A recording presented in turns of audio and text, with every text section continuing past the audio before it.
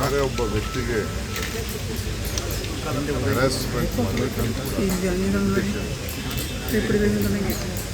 ಭಾಳ ಅಧಿಕಾರನ ದುರುಪಯೋಗ ಮಾಡಿ ರಾಜಕೀಯವಾಗಿ ಕ್ಲೋಸ್ ಆಗಿ ತಿರ್ಗಾ ಯಡಿಯೂರಪ್ಪ ಗೌರ್ಮೆಂಟ್ ಅವರು ಸಿಬಿಐ ಹ್ಯಾಂಡಲ್ ಮಾಡಿ ತೊಂದರೆ ಕೊಡ್ತಾರೆ. ಈಗ ಅವ್ರಿಗೆ ಭಾಳ ವರ್ಷಗಟ್ಟಲೆ ಚುನಾವಣೆ ಇದೆ, ಊರಿಗೆ ಹೋಗಬಾರ್ದು, ಓಟು ಕೇಳಬಾರ್ದು ಅಂತೇಳಿ ಮೊದಲನೇ ಬಾರಿಗೆ ಇಂಥ ಆದೇಶ ಬಂದಿದೆ. ನಾವೇನು ಮಾತಾಡಲಿಲ್ಲ, ನ್ಯಾಯಾಲಯಕ್ಕೆ ಸಲಹೆಯಾಗಿ ಗೌರವ. ಇವತ್ತೇನಾಯಿತು,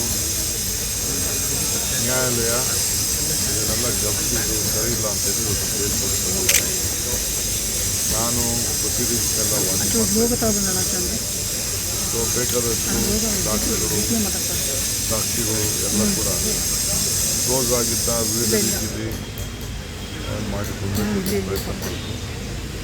ಅಟ್ಲೀಸ್ಟ್ ಕೊನೆಗಾದರೂ ಕೂಡ ಅವ್ರಿಗೆ ನ್ಯಾಯ ದೊರಕಿದೆ.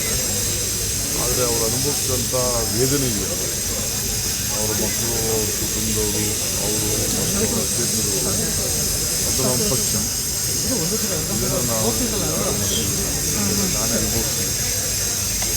ಸೊ ದೇವರು ಅವ್ರಿಗೆ ಇನ್ನೂ ಹೆಚ್ಚಿಗೆ ಶಕ್ತಿ ಕೊಟ್ಟು ಅದೆಲ್ಲ ತಡ್ಕೊಂಡು ನ್ಯಾಯಾಲಯ ಏನು ಒಂದು ಗೌರವನ ಕೊಟ್ಟಿದೆ, ನ್ಯಾಯವನ್ನು ಕೊಟ್ಟಿದೆ. ಅವರಿಗೆ ಗೌರವದಿಂದ ಅವರಿಗೆ ಏನು ಅಭಿನಂದನೆ ಕೂಡ ಧನ್ಯವಾದಗಳು. ಸರ್, ನಿನ್ನೆ ಸಭೆ ಸೇರಿರುವಂಥದ್ದು ಎಲ್ಲರೂ ಡೆಲ್ಲಿಗೆ ಹೋಗ್ತಾರಂತೆ ಸರ್. ಡೆಲ್ಲಿಗೆ ಹೋಗಿ ನಿಮ್ಮ ಪರವಾಗಿ ಮನವಿ ಮಾಡ್ತಾರೆ. ದಯವಿಟ್ಟು ಬೇಡ ಅಂತ ನಾವು ರಿಕ್ವೆಸ್ಟ್ ಮಾಡ್ತೀವಿ. ನನ್ನ ಪರವಾಗಿ ಯಾರು ಮಾಡೋದು ಬೇಡ. ನಿಮ್ಮ ಪ್ರಾಬ್ಲಮ್ ಇತ್ತು ಅಂದರೆ ನೀವು MLA ಆಗಬೇಕು, ಮಂತ್ರಿ ಆಗಬೇಕು, ಅಧಿಕಾರ ಬೇಕು, ಚೇರ್ಮನ್ ಬೇಕು ಅಂತ ನೀವು ಹೋಗಿ ನನ್ನ ವಿಚಾರಕ್ಕೆ ಮುಗಿಸ್ತಾರ ಅಂತ ಅದೆಲ್ಲ ರಾತ್ರಿ ನೀವು CM ಆಗಬೇಕು ಅಂತ ಸರ್.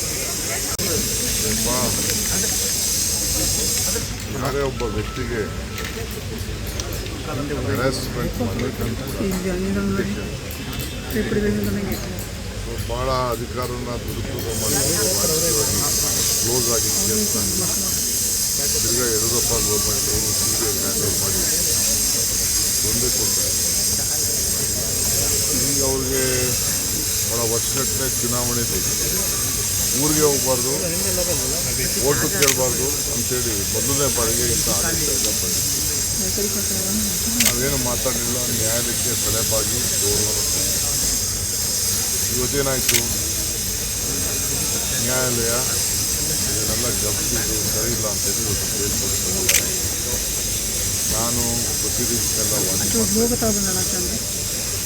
ಬೇಕಾದಷ್ಟು ದಾಖಲೆಗಳು ಸಾಕ್ಷಿಗಳು ಎಲ್ಲ ಕೂಡ ಕ್ಲೋಸ್ ಆಗಿದ್ದ ವಿವಿಧ ರೀತಿಯಲ್ಲಿ ಮಾಡಿಕೊಂಡು ಪ್ರಯತ್ನ ಮಾಡಿದ್ರು. ಅಟ್ಲೀಸ್ಟ್ ಕೊನೆಗಾದರೂ ಕೂಡ ಅವ್ರಿಗೆ ನ್ಯಾಯ ದೊರಕಿದೆ.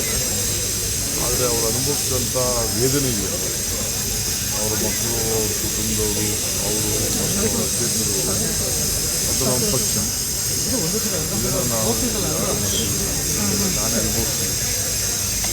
ಸೊ ದೇವರು ಅವ್ರಿಗೆ ಇನ್ನೂ ಹೆಚ್ಚಿಗೆ ಶಕ್ತಿ ಕೊಟ್ಟು ಅದೆಲ್ಲ ತಡ್ಕೊಂಡು ನ್ಯಾಯಾಲಯ ಏನು ಒಂದು ಗೌರವನ ಕೊಟ್ಟಿದೆ, ನ್ಯಾಯವನ್ನು ಕೊಟ್ಟಿದೆ.